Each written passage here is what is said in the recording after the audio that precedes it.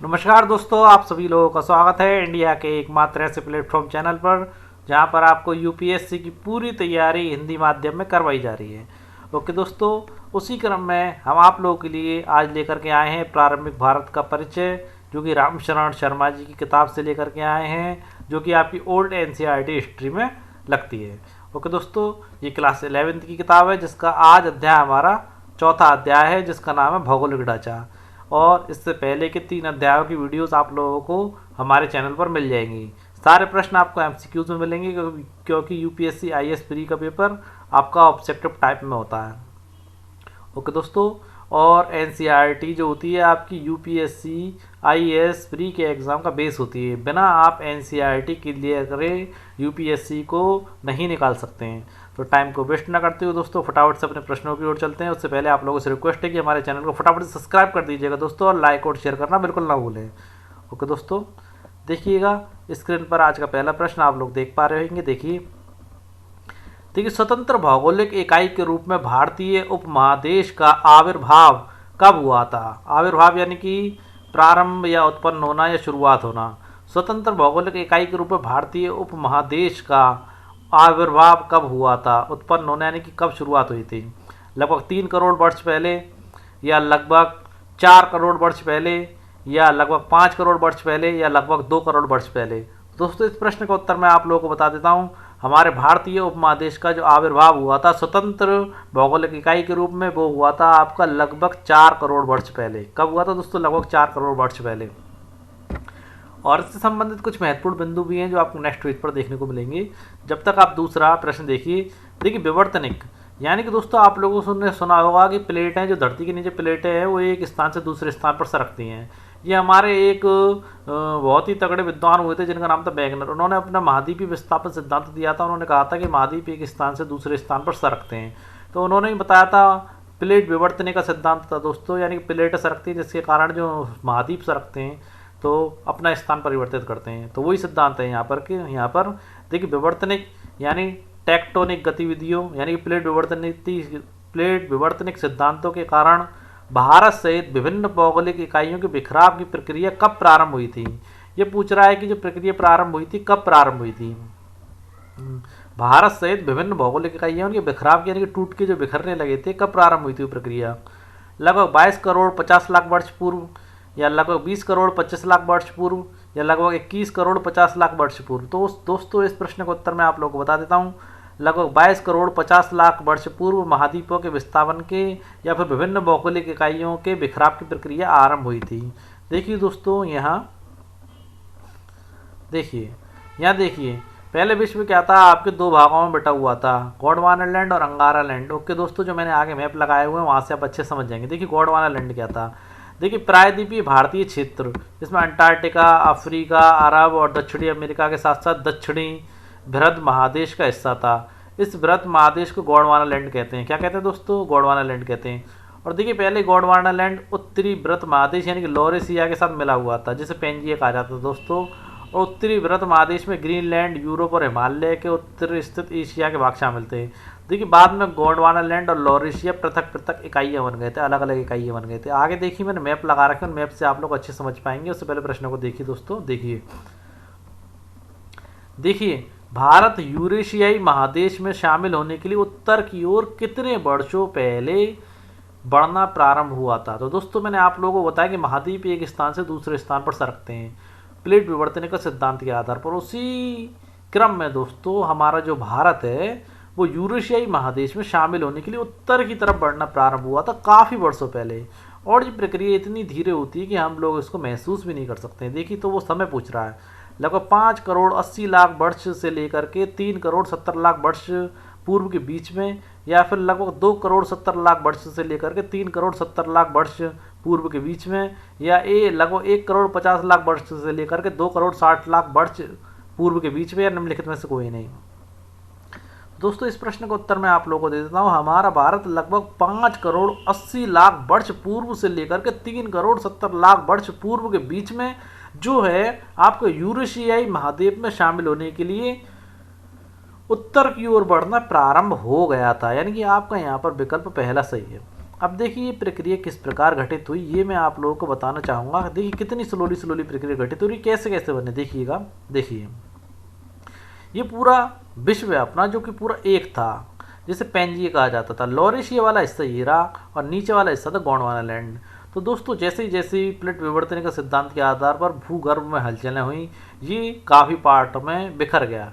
एक तो बन गया दोस्तों गोंडवाना लैंड और ऊपर वाला हिस्सा बन गया अंगारा लैंड। अंगारा लैंड यानी कि लॉरेशिया, देख पा रहे होंगे आप, पहले ये ऐसा था, फिर ऐसी कंडीशन में आया, बरसों लगते हैं इनको टूटने में, ऐसी कंडीशन में आया और फिर ऐसी कंडीशन में आ गया। अब देखिए और डिस्क्राइब में करने के लिए मैंने और चित्र लगाया यहाँ पर। देखिए पूरा जब ये यहाँ पर है तो पेंजिया कहलाता है। क्या कहलाता है? पेंजिया। कितने साल पहले था? 250 मिलियन ईयर एगो। फिर देखिए ये टूटने लगा। लॉरेशिया यानी कि अंगारा लैंड और गोंडवाना लैंड में लॉरेशिया ऊपर वाला हिस्सा था और गोंडवाना लैंड नीचे वाला हिस्सा था। और गोंडवाना लैंड में भी दोस्तों बिखराव होने लगे, जो मैंने आपको प्रश्न में बताया था कि गोंडवाना लैंड में बिखराव होने लगे। देखिए यहाँ मैंने आप लोगों को बताया है कि देखिए कि गोंडवाना लैंड में बिखराव होने लगे। देखिए यहाँ मैंने प्रश्न भी रखा है। देखिए गोंडवाना लैंड और लॉरेशिया पृथक पृथक इकाइयाँ बन गई। ओके दोस्तों, ये चीज़ मैं आप लोगों को बता चुका हूँ, पृथक पृथक इकाइयाँ बन गई। और गोंडवाना देखिए विभिन्न गतिविधियों के कारण भारत सहित विभिन्न भौगोलिक इकाइयों के बिखराव की प्रक्रिया आरंभ हुई थी। तो दोस्तों भारत आपका गोंडवाना लैंड का हिस्सा था, तो धीरे धीरे गोंडवाना लैंड में बिखराव होने लगे थे। देखिए आप लोग देख पा रहे हैं कि गोंडवाना लैंड में बिखराव होने लगे, यानी कि बिखरने लगे। अब देखिए लॉरेशिया भी दो पार्ट में विभाजित हो गया, जबकि गोंडवाना लैंड था वो काफ़ी भागों में विभाजित हुआ। इसमें जो आप हिस्से देख पा रहे हैं, अलग अलग हिस्से आप लोगों को दिखाई दे रहे होंगे। ये जो हिस्सा दिखाई दे रहा है आपको, ये हमारे इंडिया का हिस्सा है। ये हिस्सा देख रहे हैं आप लोग, ये इंडिया का हिस्सा है। ओके दोस्तों, और ये जो हिस्सा आप लोग देख पा रहे हैं, उत्तरी अमेरिका वगैरह और रूस वगैरह सब चीज़ यहाँ पर आते हैं। अब देखिए ये जो हिस्सा था हमारा, यहाँ पर आप इंडिया के हिस्से को देखेंगे तो आप पाएंगे कि ये अफ्रीका है आपका, ये अफ्रीका से मिला हुआ था। यहाँ देखेंगे तो आप पाएंगे अफ्रीका से मिला हुआ है, परंतु धीरे धीरे अफ्रीका से टूटने लगा है। देखिए टूटने लगा, यहाँ भी इसका गैप देखिए टूटने लगा, और यहाँ भी देखिए गैप देखिए टूटने लगा। और देखिए धीरे धीरे ये आपके उत्तरी अर्धवृत्त की ओर यहाँ से जाकर के इंडिया हमारा कहाँ मिल गया? एशिया की तरफ मिल गया। एशिया की तरफ मिल गया दोस्तों, कहाँ मिला? एशिया की तरफ मिल गया। अब देखिए दोस्तों एशिया की तरफ मिल गया तो धरती के नीचे प्लेटें होती हैं। जो प्लेटें भारी होती हैं तो वो तो प्लेट धरती के नीचे चली जाती है। जब दो प्लेटें टकराती हैं दोस्तों, तो जो प्लेट भारी होती है वो धरती के नीचे चली जाती हैं, और जो हल्की प्लेटें होती हैं वो ऊपर की तरफ बढ़ती जाती हैं। इसी सीरीज के अकॉर्डिंग दोस्तों जो हल्की प्लेटें थी, जब भारत आपका एशिया से टकराया तो जो हल्की प्लेट थी वो ऊपर की ओर बढ़ने लगी, और वो हल्की प्लेट आपकी थी हिमालय पर्वत। और दोस्तों हिमालय पर्वत का जो आकार था दिन प्रतिदिन बढ़ने लगा। ओके दोस्तों, आप लोग समझ गए होंगे कि हिमालय पर्वत का आकार कैसे बढ़ा। ओके दोस्तों, आगे बढ़ते हैं। देखिए चौथे नंबर का प्रश्न, भारतीय उपमहादेश के संदर्भ में निम्नलिखित में से कौन सा कथन गलत है? देखिए भारतीय उपमहादेश का कुल क्षेत्रफल 4,02,500 वर्ग किलोमीटर है, जो कि बिल्कुल सही है दोस्तों। भारतीय उपमहादेश की कह रहा है। ओके दोस्तों, अच्छे से समझ लीजिएगा इस चीज़ को। ओके आगे देखिए, यह उपमहादेश 5 भागों में बटा है। एक इसका भारत है, दूसरा अफगानिस्तान, तो दोस्तों अफगानिस्तान में तो बिल्कुल भी है ही नहीं है। एक आपका भारत है, दूसरा है आपका पाकिस्तान, तीसरा है बांग्लादेश, चौथा है नेपाल और पांचवा है भूटान। इन पांचों के क्षेत्रफल को मिला दिया जाए तो 4,02,500 वर्ग किलोमीटर होता है। और देखिए विकल्प नंबर तीसरा, भारत में लगभग 1,25,00,000 से ज़्यादा लोग निवास करते हैं। ये आपकी 2011 की जनगणना के अकॉर्डिंग है। ओके दोस्तों, अब देखिए भारत में 28 राज्य और 8 केंद्र शासित राज्य हैं, एवं भारत के कुछ राज्य यूरोप के कई देशों से बड़े हैं। बिल्कुल दोस्तों, यूरोप के कई देशों से बड़े हैं भारत के राज्य हैं। तो गलत कथन पूछ रहा है, तो गलत कथन आपका यही है, क्योंकि जो भारतीय उपमहाद्वीप यानी कि भारत के जो उपमहादेश जो हैं वो अफगानिस्तान उसमें शामिल नहीं है। भारत है, बांग्लादेश, नेपाल, भूटान और पाकिस्तान है। आगे बढ़ते हैं अपने अगले प्रश्न की ओर। देखिए दोस्तों प्रश्न नंबर 5 में, भारत के मानसून के संदर्भ में निम्नलिखित कथनों पर विचार कीजिए। मानसून के संदर्भ में विचार करने के लिए कह रहा है, बड़ा महत्वपूर्ण और बड़ा अच्छा प्रश्न है दोस्तों। यहाँ पर देखिए भारत में दक्षिण पश्चिम मानसून जून से अक्टूबर तक रहता है, जो कि बिल्कुल सही बात है दोस्तों। भारत में दक्षिण पश्चिम मानसून जो है जून से लेकर के अक्टूबर तक रहता है, और देश के अधिकांश भाग में विभिन्न मात्रा में पानी को बरसाने का कार्य आपको दक्षिण पश्चिमी मानसून ही करता है, जो आपके जून से लेकर अक्टूबर तक रहता है।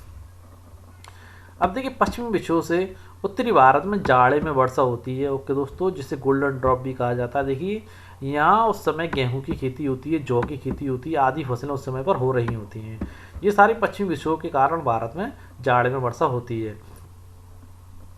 अब देखिए विकल्प नंबर तीसरा, भारत के कुछ भाग विशेष रूप से तमिलनाडु के तटीय क्षेत्र में ज़्यादातर वर्षा उत्तरी पूर्वी मानसून से होती है। किससे होती है दोस्तों? उत्तरी पूर्वी मानसून से भारत के तटीय क्षेत्र जो है तमिलनाडु में विशेषकर वर्षा होती है। विकल्प नंबर चौथा देखते हैं, उत्तरी पूर्वी मानसून का समय अक्टूबर से लेकर जनवरी तक माना जाता है। दोस्तों ये पॉइंट यहाँ पर गलत दे रखा है, क्योंकि उत्तरी पूर्वी मानसून का समय अक्टूबर से लेकर के मध्य दिसंबर तक माना जाता है। कब तक माना जाता है दोस्तों?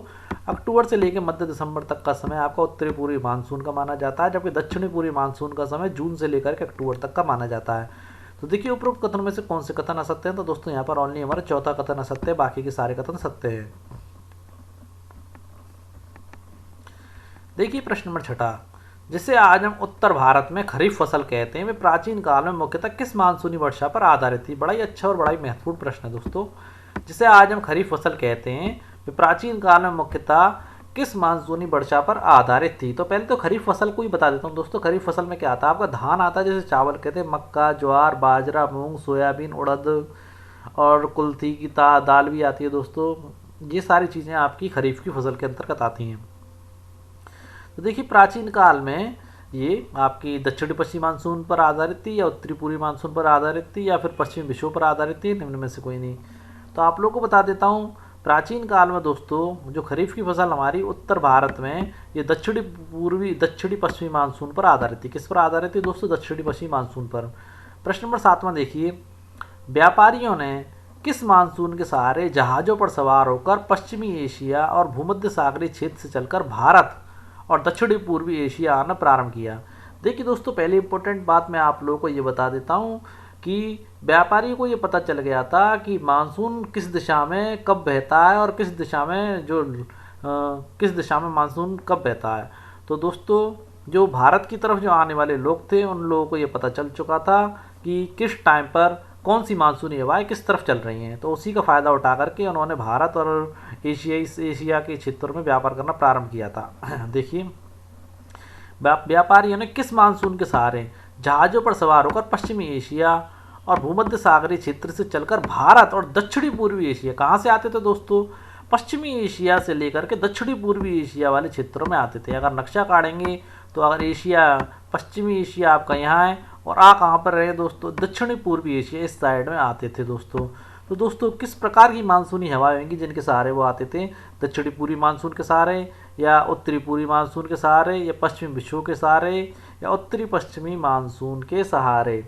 तो दोस्तों मैं आप लोगों को बता देता हूँ, वो अपने जहाज़ों पर सवार होकर उत्तरी पश्चिमी मानसून के सहारे आपके भारत और दक्षिणी एशिया में आना उन लोगों ने प्रारंभ किया था। किसके सहारे दोस्तों? उत्तरी पश्चिमी मानसून के सहारे। और देखिए एक बात और मैं आप लोगों को बता देता हूँ यहीं पर, कि जब वो लौटते थे, आते तो उत्तरी पश्चिमी मानसून के सहारे थे, लौटते थे तो उत्तरी पूर्वी मानसून के उतरने पर पश्चिम की ओर लौट जाना शुरू कर देते थे।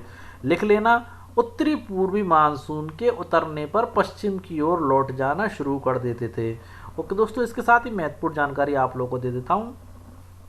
मानसून के ज्ञान के कारण ही भारत पश्चिमी एशिया, भूमध्य सागरीय क्षेत्र और दक्षिणी पूर्वी एशिया से व्यापार करने और सांस्कृतिक संपर्क स्थापित करने में समर्थ हो पाया था। ओके दोस्तों, आगे बढ़ते हैं आज के अपने अगले प्रश्न की ओर। देखिए प्रश्न नंबर 8वां, हिमालय के संदर्भ में निम्नलिखित में से कौन सा कथन असत्य है? असत्य कथन पूछ रहा है हिमालय के संदर्भ में। तो देखिएगा, हिमालय साइबेरिया से चलकर मध्य एशिया को पार करने वाली उत्तरी ध्रुवीय ठंडी हवाओं को रोकता और हमारी रक्षा करता है। दोस्तों ये बात बिल्कुल सही है। जो हिमालय है साइबेरिया से चल करके जो मध्य एशिया को पार करने वाली उत्तरी ध्रुवीय ठंडी हवाएं आती है उन्हें रोकता है और हमारी रक्षा करता है। दोस्तों यही कारण है कि उत्तर भारत की जलवायु लगभग पूरे साल काफ़ी गर्म रहती है। ओके दोस्तों, दोबारा बता देता हूँ, ये मेन कारण है जिसके कारण उत्तर भारत की जलवायु लगभग पूरे साल गर्म बनी रहती है। पॉइंट नंबर दूसरा देखते हैं, हिमालय बहुत ऊंचा होने के कारण उत्तर से होने वाले हमलों से देश की रक्षा करता है। ये पॉइंट भी बिल्कुल दोस्तों सही है। तीसरा विकल्प देखते हैं, उत्तर पश्चिम में सुलेमान पर्वत श्रृंखला जो दक्षिण की ओर हिमालय पर्वत श्रृंखला की कड़ी है, किसी भी दर्रे से पार नहीं की जा सकती। दोस्तों ये पॉइंट गलत दे रखा है। क्योंकि उत्तर पश्चिम में सुलेमान पर्वत श्रृंखला, जो दक्षिण की ओर हिमालय पर्वत श्रृंखला की एक कड़ी है। उसे दोस्तों मैं आप लोगों को बता देना चाहता हूँ कि ऐसा नहीं है कि उसे किसी भी दर्रे से पार नहीं किया जा सकता। काफ़ी सारे दर्रे ऐसे हैं जिससे उन्हें पार किया जा सकता है। और दोस्तों इन दर्रों के नाम मैं आप लोगों को बताऊंगा।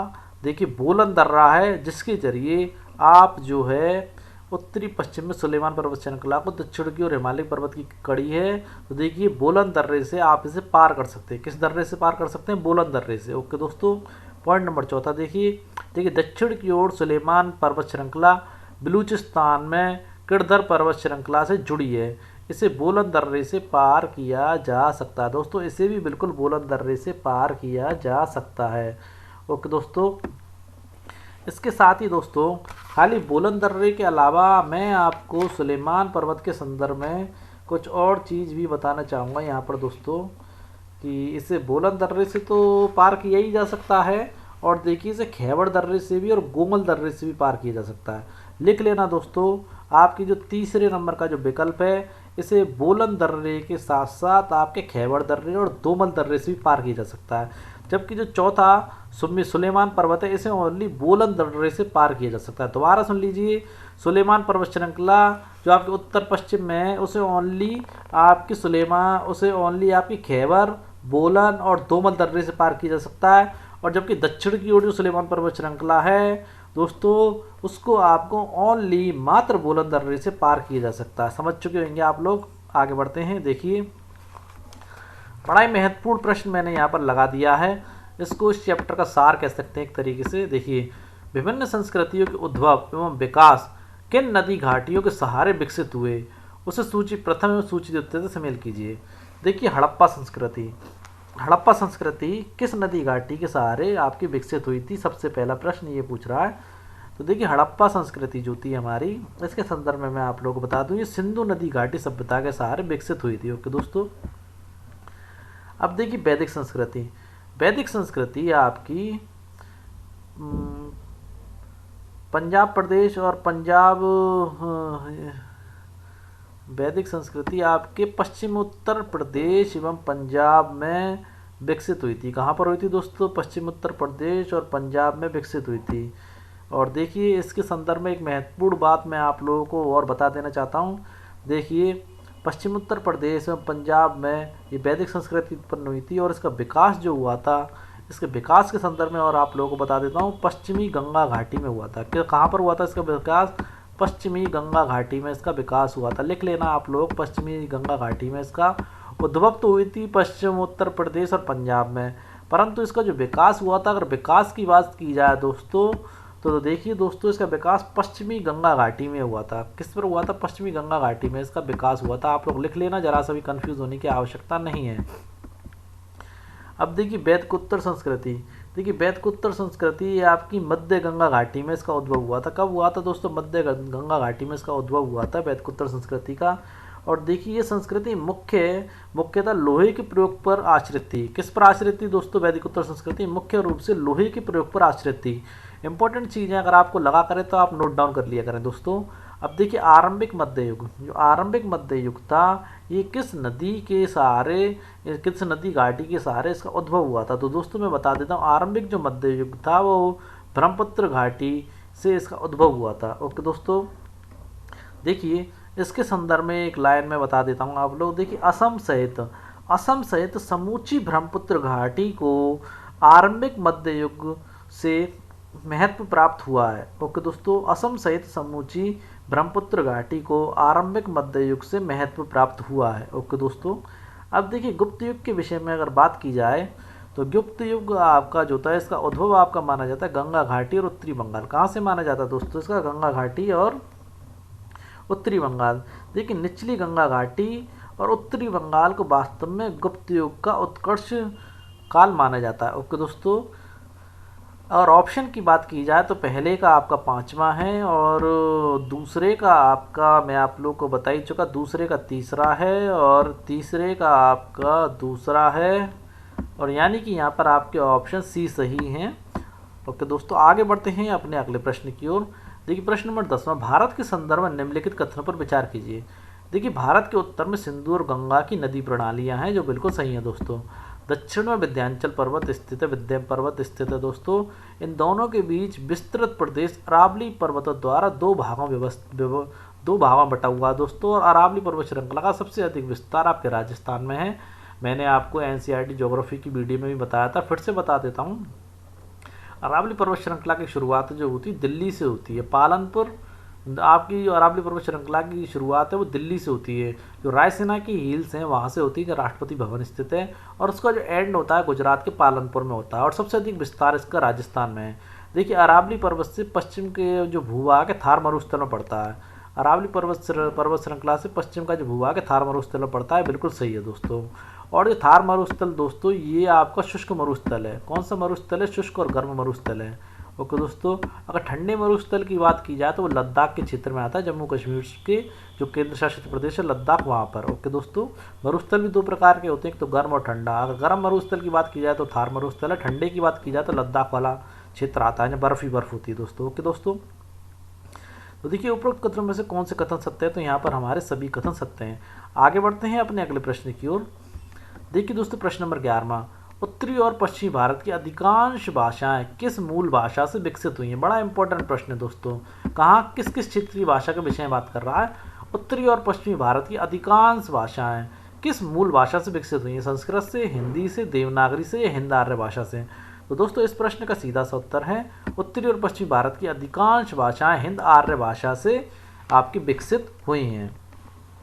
ओके दोस्तों, देखिए दोस्तों उत्तरी और पश्चिमी भारत की अधिकांश भाषा एक ही मूल हिंद आर्य भाषा से विकसित हुई हैं और इसलिए इनमें बहुत ही तात्विक समानताएं दिखाई देती हैं। और एक और भी महत्व की बात है दोस्तों कि प्राचीन समय में लगभग सारे देश में संस्कृत का विकास होने लगा था और वह समझी जाने भी लगी थी। ओके दोस्तों, आगे बढ़ते हैं आपका प्रश्न नंबर 12वां। देखिए निम्न में से कौन सी पर्वत श्रृंखला उत्तर भारत और दक्षिण भारत को विभाजक रेखा उत्तर भारत और दक्षिण भारत की विभाजक रेखा बनी हुई? बड़ा महत्वपूर्ण और बड़ा इंपॉर्टेंट प्रश्न है दोस्तों। निम्न में से कौन सी पर्वत श्रृंखला उत्तर भारत और दक्षिण भारत की विभाजक रेखा बनी हुई है? अरावली पर्वत श्रृंखला, विंध्य पर्वत श्रृंखला, हिमाचल पर्वत श्रृंखला, हिमालय पर्वत श्रृंखला, निम्न में से कोई नहीं। तो इस प्रश्न का दोस्तों उत्तर है विंध्य पर्वत श्रृंखला। देखिए दोस्तों विंध्य पर्वत श्रृंखला देश को पूर्व से पश्चिम तक बीचों बीच विभक्त करती है। देखिए मैंने मैप लगाया यहाँ पर। देखिए विंध्य पर्वत श्रृंखला आपकी अगर यहाँ देखना चाहे तो यहाँ देख सकते हैं और यहाँ देखना चाहे तो आपको यहाँ दिखाई दे रही होगी। तो देखिए विंध्य पर्वत श्रृंखला देश को पूर्व से पश्चिम तक बीचों बीच विभक्त करती है। आपको दिख रही होगी बीचों बीच विभक्त कर रही है पूर्व और पश्चिम की ओर, यानी कि इस दिशा में ये है पूर्व और ये है पश्चिम, यानी कि दो भागों में ये बांट रही है। इस प्रकार उत्तर भारत और दक्षिण भारत की विभाजक रेखा बनी हुई है। उत्तर भारत कहाँ पर है आपका ऊपर और दक्षिण भारत कहाँ है नीचे, और ये यहाँ पर इसको काट रही है तो विभाजक रेखा का काम ही तो कर रही है आपकी जो विंध्याचल पर्वत श्रृंखला है। ओके दोस्तों, देखिए द्रविड़ भाषा बोलने वाले विंध्य के दक्षिण में रहते हैं। कहाँ रहते हैं दोस्तों? द्रविड़ भाषा बोलने वाले विंध्य पर्वत श्रृंखला के यहाँ रहते हैं, यानी कि दक्षिण में रहते हैं। दक्षिण में कौन सी भाषा बोलने वाले लोग रहते हैं दोस्तों? द्रविड़ भाषा बोलने वाले लोग रहते हैं। और वो जो उत्तर की साइड विंध्य पर्वत श्रृंखला के उत्तर की साइड भारतीय आर्य भाषा बोलने वाले लोग रहते हैं। कौन से लोग रहते हैं दोस्तों? भारतीय आर्य भाषा बोलने वाले लोग आपके इस तरफ रहते हैं, यानी कि उत्तर की ओर रहते हैं। दोनों इंपॉर्टेंट चीज़ मैंने बता दी है, यानी कि विंध्य पर्वत श्रृंखला के दक्षिण की ओर द्रविड़ भाषा बोलने वाले लोग रहते हैं और विंध्य पर्वत श्रृंखला के उत्तर की ओर आर्य भाषा बोलने वाले लोग निवास करते हैं। आगे बढ़ते हैं अपने अगले प्रश्न की ओर। देखिए प्रश्न नंबर आपका अगला 13वां, भारत में तांबा प्राप्ति स्थल निम्न में से एक नहीं है। देखिए तांबे की स्मृत खानें झारखंड के पठार में विशेषकर सिंहभूम जिले में पाई जाती हैं। यह पट्टी 130 किलोमीटर लंबी है, जो कि दोस्तों बिल्कुल सही बात है। अब देखिए तांबे के विपुल भंडार राजस्थान के खेतरी खानों में भी मिले हैं, जो कि बिल्कुल सही बात है दोस्तों। हजारीबाग और रांची, देखिए हजारीबाग और रांची जो हैं, हजारीबाग में तो भी थोड़ी बहुत मात्रा में तांबा मिल जाता है, परंतु रांची में दोस्तों बिल्कुल भी तांबा नहीं मिलता है दोस्तों। ओके दोस्तों, यहाँ पर आपका ये वाला ऑप्शन गलत दे रखा है। देखिए एक बात और आपको बता दूं कि तांबे के औजारों का इस्तेमाल करने वाले झारखंड के सबसे पुराने निवासियों ने सिंहभूमि और हजारीबाग के तांबे की इन खानों का उपयोग किया था दोस्तों। और बताऊं दोस्तों एक इम्पोर्टेंट बात, देखिए जो आपके राजस्थान वाला क्षेत्र था, यहाँ से जो तांबा निकलता था, इनका प्रयोग पाकिस्तान, राजस्थान, गुजरात और गंगा यमुना दोआब में रहने वाले प्राक वैदिक और वैदिक दोनों ही लोग किया करते थे। ओके दोस्तों, अब जो आपका जो रांची में मिलता है ना, आपका रांची में टिन मिलता है। क्या मिलता है दोस्तों? टिन। टिन। अब देखिए इंपॉर्टेंट बात सुन लीजिए। टिन जो है आपका हजारीबाग और रांची से प्राप्त किया जाता था, पहले प्राप्त किया जाता था। अब तो टिन दोस्तों इंडिया में मिलता ही नहीं है। टिन जो है हजारीबाग और रांची से प्राप्त किया जाता था, जो अब समाप्त हो चुका है। देखिए हजारीबाग में पिछली सदी के मध्यकाल तक टिन अयस्क को गलाने का काम होता था। क्या किया जाता था दोस्तों? हजारीबाग में पिछली सदी के मध्य तक टिन के जो अयस्क होते थे उन्हें गलाने का कार्य किया जाता था। ओके दोस्तों, आगे बढ़ते हैं अपने महत्वपूर्ण प्रश्नों की ओर। देखिए दोस्तों, विभिन्न धातुओं और उनके प्राप्ति स्थलों की सूची प्रथम और सूची द्वितीय से सुमेल कीजिए। दोस्तों विभिन्न धातुओं के विषय में ये बात कर रहा है। तो सबसे पहले बात की जाती है आपके सोने की। तो सोने के संदर्भ में मैं आप लोगों को बता देता हूँ, सोना हमारा कर्नाटक में पाया जाता है और कर्नाटक में भी दोस्तों कोलारहट्टी की जो खाने हैं वहाँ पर ये पाया जाता है। कहाँ पाया जाता है? कोलारहट्टी की जो खाने हैं वहाँ पर पाया जाता है। देखिए शीशा जिसे लेड कहा जाता है दोस्तों, ये आंध्र प्रदेश और राजस्थान में पाया जाता है। मुख्य रूप से आंध्र प्रदेश में पाया जाता है। और देखिए तांबे की बात करें तो तांबे में राजस्थान में पर्याप्त मात्रा में इसके भंडार देखने को मिलते हैं। टिन जो है आपका अफगानिस्तान वाले क्षेत्र में मिलता है। तो देखिए पहले का तीसरा जो यहाँ पर बिल्कुल नहीं दिया गया, आप डाल सकते हैं। पहले का तीसरा है और दूसरे का पहला है और तीसरे का आपका दूसरा है और चौथे का तो आपका चौथा है ही है, यानी कि आपका ये वाला विकल्प बिल्कुल सही है। आगे बढ़ते हैं अपने अगले प्रश्न की ओर। देखिए दोस्तों, देखिए ये आज का अंतिम प्रश्न और बड़ा ही महत्वपूर्ण प्रश्न है। देखिए स्वर्ण कण, कण यानी कि छोटे छोटे टुकड़े जो होते हैं वो कण कहलाते हैं। क्या कहलाते हैं दोस्तों? छोटे छोटे टुकड़े कण कहलाते हैं। स्वर्ण कण नदी धाराओं से बने जमावों से चुने जाते थे प्राचीन समय में, जहां वे हिमालय से जल धारा में बहकर मैदान में आते थे। ऐसे जमावों को क्या कहा जाता है? स्वर्ण कण जमाव कहा जाता है, या पीली धातु जमाव कहा जाता है, या येलो मेटल कहा जाता है, या प्लेसर्स कहा जाता है। तो दोस्तों आप लोगों को बता देता हूँ कि ऐसे जो जमाव हो जाता है स्वर्ण कणों का, उसे प्लेसर्स कहा जाता है। क्या कहा जाता है दोस्तों? प्लेसर्स कहा जाता है। इसके साथ ही एक चीज़ यहाँ पर और बताना चाहूँगा दोस्तों सोने से संबंधित ही, कि देखिए दोस्तों कि जो सोना है आपका, सोने का सबसे पुराने जो अवशेष मिले 1800 ईसा पूर्व के आसपास मिले। कब मिले दोस्तों? सोने के सबसे पुराने अवशेष 1800 ईसा पूर्व के आसपास मिले हैं। और देखिए ये मिले कर्नाटक के एक नवपाषाण युगीन स्थल से मिले। कहाँ पर मिले दोस्तों? कर्नाटक के एक नवपाषाण युगीन स्थल से मिले। ओके दोस्तों, देखिए दोस्तों इन खानों से सोना निकाले जाने के बारे में हमें ईसा की दूसरी सदी के आरंभ तक कोई जानकारी नहीं मिलती है। ओके दोस्तों, दोबारा सुन लीजिए, ये जो खाने थी आपकी कर्नाटक की, वहाँ की खानों से सोना निकाले जाने के बारे में हमें ईसा की दूसरी सदी के आरंभ तक कोई जानकारी नहीं मिलती है।